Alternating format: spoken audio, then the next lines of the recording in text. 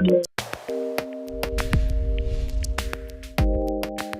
Kapoor, if I may begin with you on this one, digital disruption is what we're discussing, navigating through that. How big a differentiator can digital be, and is India ready to leapfrog?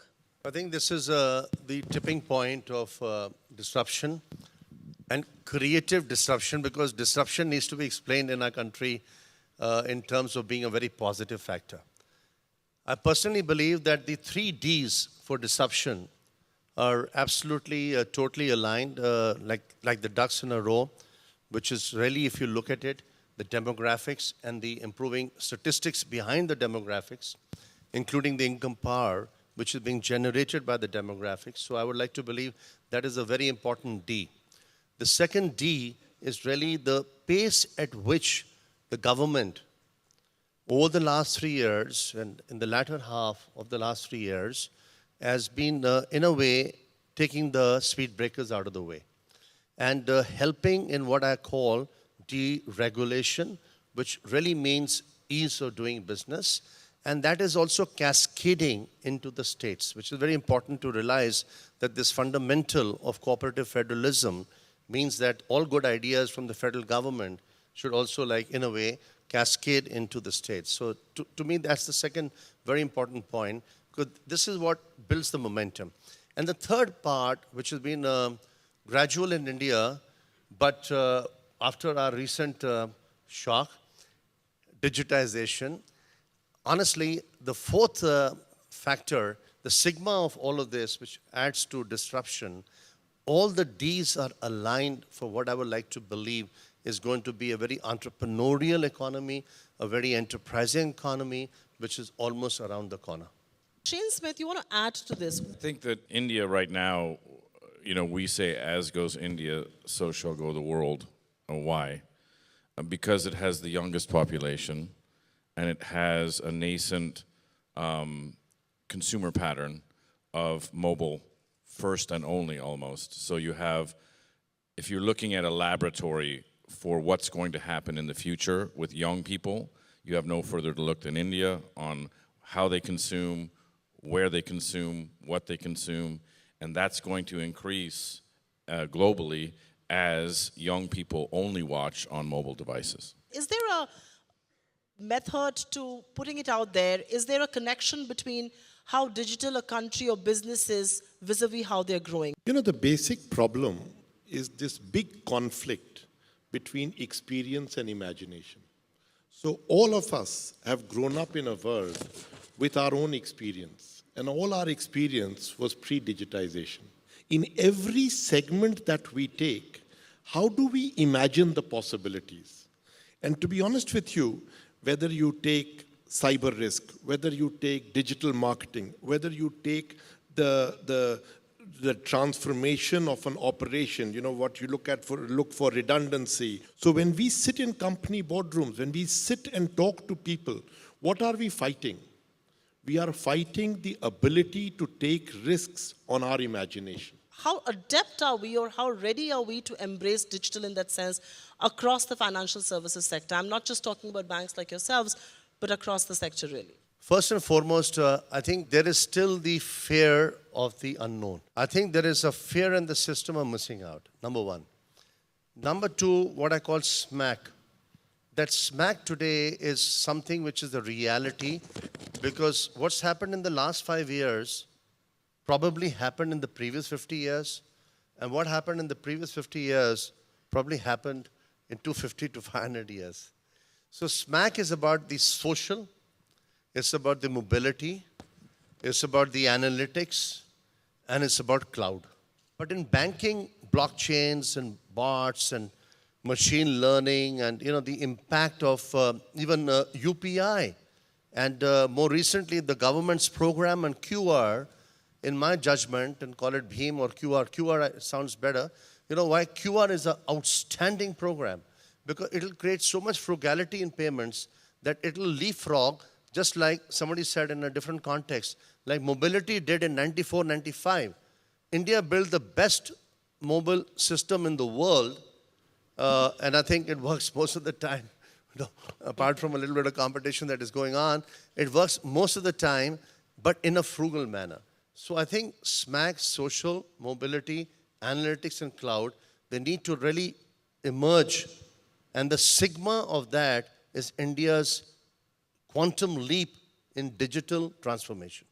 For digital to be successful, people have to be lured on to the digital network, right? Right.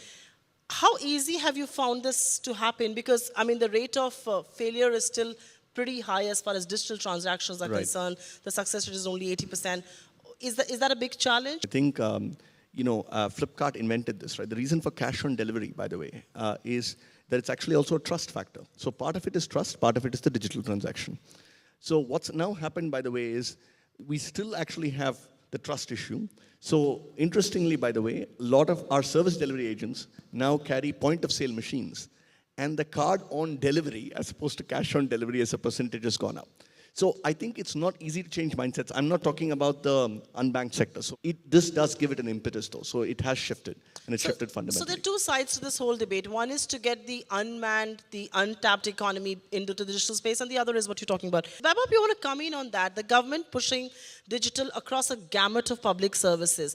That's also enabling, besides private houses or private companies wanting to embrace digital for its obvious benefits. That's very important. I think we are in a verge of a giant change. With the advent of new technology, we're finally understanding that we don't have to repeat the same mistake over and over. We can actually use the best technology that we have available to actually solve all the problems of humanity. Amit, what does digital or data do to the future of jobs? Technologies, be it precision medicine, be it AI, be it robots, this is disruptive to certain entrenched players, but it's also evolutionary to create new jobs, to create new outcomes, and in the process, create better quality. Vanita, you want to come in on that? If I may ask you, what are you going to tell an 18-year-old looking at a career path today? It goes back to skills and redefining how we look at jobs and careers, because someone like me who's worked in the same industry and the same company for 30 years is not the model. A country like ours, we've got about 400 million entering the middle class, a lot of education work. It's really about building the right skills for not just the traditional jobs, but for the new collar jobs, and data, understanding data or being augmented by it, and some level of that capability in good education, communications, understand. So let me ask you, what role or what can old institutions play? Do they need to play to their strength in a disruption like this? What do old institutions do? Because, Supriya, it's very relevant because the old institutions have deep pockets, right? So they have to keep their vision intact and change their strategies and follow what I call the FANG strategy. What is the FANG strategy? Today you look at Facebook, F, right? A, Amazon, N, Netflix. And then you look at Anant is not very happy hearing Amazon, Google. just so that you know. like Google, so you adopt those frugal and global strategies, and then you look at what Uber has done and what Airbnb has done, and they become global multinational with super scale and no brick and mortar. So they have become multinationals with very frugal and agility, like the good old Indian tiger or cheetah, whatever. So they built those platforms, and that to me is the conventional model moving into the more contemporary model, because youngsters in America have proven they can build the most brilliant multinationals in a very frugal and in a very short time frame and build agility. And this is the learning for India, by the way. Right. This is, most of all has to migrate to us also. On that note, thank you very much.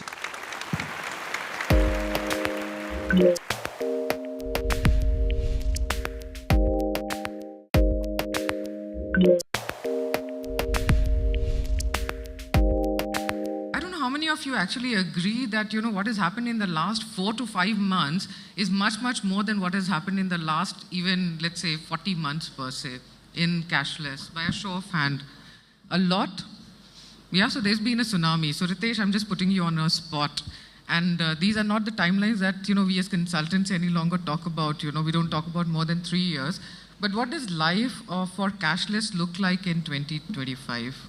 Penetration of mobile, the Aadhaar authentication, plus some of the new concepts which will be rolled out very soon around the India QR or the Aadhaar Pay, the Bharat Bill Payment services which recently got launched. So all of these are good indications that the intent and the infrastructure is there, right? It will all boil down to the execution part of it and the customer education, which all banks and some of our partners out here, friends and partners I would say, out here are putting in the efforts to do that, right? The other big factor is that the youngsters or the millennials who are coming into the mainstream would love to go in for a lot of these transactions which are in a self-service mode rather than assisted mode. So given these data points and some of the successes that we have seen with payments platform like IMPS and UPI taking up in a very good manner right now, the future looks bright. However, having said that, we have been a very, very cash-intensive kind of an economy. So if the idea is that we would reach 100% by 2025, it won't be a reality. But if we reach somewhere closer to a 50 to 60% mark, I think it would be a big win. Naveen, next to you, you've been one of the earliest players, with ITZ cards out here in India. What has that journey been like, and what hit you on 8th of November? Journey has been interesting. It's 10 years. We are going to be starting our celebration of 10 years very soon this year, this coming fiscal year. Very interesting. But unfortunately, like Ritesh has been saying, when I started the journey for digital payments, the physical payment or a cash payment in the country was 97%. With so many things happening, we're still at 90%. The interesting data point to look at, however, is that pre-demonetization, if there was a CAGR of, let's say, 20% to 60% between debit card and a wallets on an average, I'm leaving specific players out, depending on the base, the percentage could vary. This is the entire industry. I think that range has already moved to about 30% to 60%. Now that means that if we were, by 2020, were to be about 40% digital, we could probably aim to be about 60%. 100%, I think, less cash is what even our RBI says, and we believe in that less cash is what it will be. There are a few places you do need cash. Fundamentally, we still believe that physical cash getting digitized is the bigger problem. Digital to digital, there are already enough things happening, and that's where the real growth has to come in. How are you seeing the adoption, by the SME? And these are two separate segments, so they will not have the same kind of adoption or challenges out here. So tell us how you're seeing the SMEs and your, let's say, customers in the rural area adopt to something like cashless or less cash, whichever, we prefer at the moment. So I think I'll be, cautiously optimistic about the future. But the reason I'm saying that is there's no doubt that both on the policy front as well as the technology front, there have been massive strides. But the problem is that if you go out to the ground and see, we're not just talking rural, I'm talking urban. If you go and talk to small, shopkeepers or small merchants, consumers, etc., nobody is actually transacting, right? The offline transactions are overwhelmingly cash. So the last mile is broken or fractured, right? And the reason the last mile is broken or fractured is because A, there's a fragmentation across end users. So, you go to a merchant, right? Sell them a digital payment acceptance solution. They'll say कि भैया मैं क्यों लूँ क्योंकि मेरे customers का कोई demand नहीं है मैं क्या करूँगा इसका, right? So you don't on the other hand they'll say कि क्या मेरे को supplier को cash देना होता है हर हफ्ते या हर 10 दिन इसका मैं क्या करूँगा, right? So till you address and you engineer that problem across, not just the merchant, but the consumer and the supplier, that fragmentation will be there, right? And you won't really move very far. Second, there's fragmentation, I would say, even in the service provider landscape, both in terms of, multiple PSPs, right? But also, value-added services are on top. So digital lending, for instance, right? Which is a new, so you can lend based on, payments data is actually a pretty strong underwriting asset. So there is fragmentation there, and then I would say finally the third kind of fragmentation is at the level of policy and innovation, right? So policy and regulation is catching up with innovation, and that needs to get more kind of aligned. Anil, you and I had yesterday, if you remember, we were talking about 25 billion transactions, and what are the positive you had a very interesting comment where you said that most of the measures which have been taken till now have been not a very positive way of incentivizing. So, demonetization can be a one-time thing, but, how do you sustain something like that? And you were talking about negative and positive incentivization. So tell us a bit more about that. Sure, Ajna. So I think really if you have to go to a cashless society, we really have to see how we'll get there and how do we shorten the time. Yeah, that's the most important thing, shortening the time. And as you said, we have to increase the positives and reduce the negatives. And on increasing the positives, I think one of the good things that has happened is with mobile wallets, payment systems, and everything else in place, they're good enablers. Now we need good drivers, right? We need something which will drive consumption. So the fact is consumption actually drives payment systems. And for example, when I consume electricity, I need to pay the bill. Or when I go in a taxi, I need to pay the bill. So we really have to see how do we divert the consumption towards digital. And how do we use digital to really empower and encourage consumption through that mechanism. So we need to encourage diversity and we need to support that diversity. And the way possibly we can do that is hyper-personalization. For example, today we do KYC. We know our customers, right? So now the next thing we need to do is do something about it. So after KYC, we need DSAI, right? Talk a little bit about the company, your bankbazaar.com and the kind of work that you, sort of do. What fascinates me is that companies like this, insurance, banks, they say that we somehow can't live without our agents, right? And they say people they come on our site, they see our product, but they go to our agents and buy it. But when you are trying to make it a totally, digital kind of an ecosystem, what has it meant? Now at Bank Bazaar, we're about 8 years old. We're market leaders. We have about 15 million visits of people who come to us every month because they want to access the right financial product.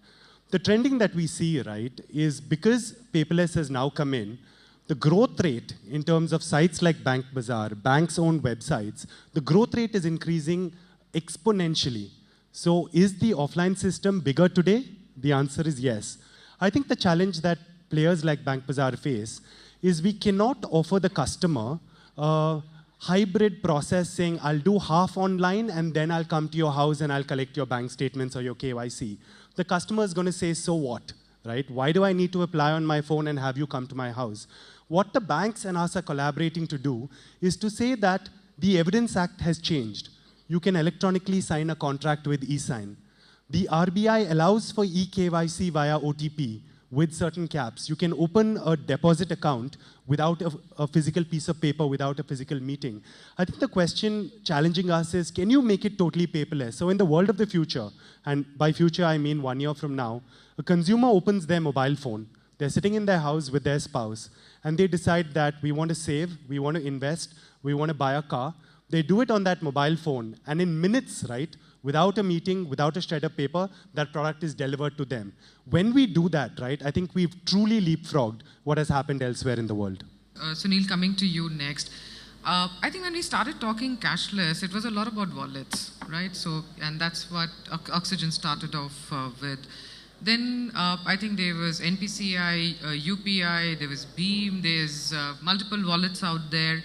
And there's also, huge, let's say, thought process which is going on saying that over a period of time, wallets will become irrelevant. Something else will come in place. So all of this, how are you seeing this space actually morph in the future? Digital wallet's future is difficult if it is digital to digital. Because digital to digital is an area where Beam, UPI, IMPS, and all banks will make sure that they will make that experience as good as a digital wallet is. But where the wallet have future is these 950 million customers who want to do transactions in digital but do not want to touch their bank account to even go to an ATM. But that is their starting point of their experience with digital transactions. So if you look at telecom infrastructure which has developed, you now have a telecom shop, and out of 2 million telecom shop, about 300,000 shops have handset, have recharge, and have connection, and have content. This is all inclusive 300,000. And balance 1.7 million have pure recharges. So I'm not saying that everybody should be inclusive. So you will have, even in these 30 million, between 5 to 10 million will require to be all-inclusive infrastructure, which will do cards, which will do QR code, which will do UPI, which will do all these wallets, and it will do the card payments and Aadhaar payments. The balance 20 to 30 million merchants may go like recharge outlets for selective. So you have Aadhaar, you have QR code, or you have Bheem and all that. So where there is no infrastructure required, using mobile. So digital wallet, converting cash to digital, and then experiencing digital payment is the biggest USP. So for people, in this room who might come as a service provider or might be looking for, let's say, either investing, buying, what are those value drivers that you're seeing as far as the ecosystem is concerned? Right. So, we can go about, talking about various value drivers. But I think that what will really drive the valuation of your particular company, I've got, esteemed panelists here. But I think what will help is the ease in which the technology is able to enable a particular transaction. So what I'm trying to say is that if there is a transaction which a Rajesh sitting here is able to do, and also a Rajeshwari Bai sitting, at the other end of the spectrum, if she is able to do that transaction, the ease in which the transaction can be done, and also the technology, so basically, an interface which is not layered, which basically also has a lot of, multilingual capability. Once you have that, and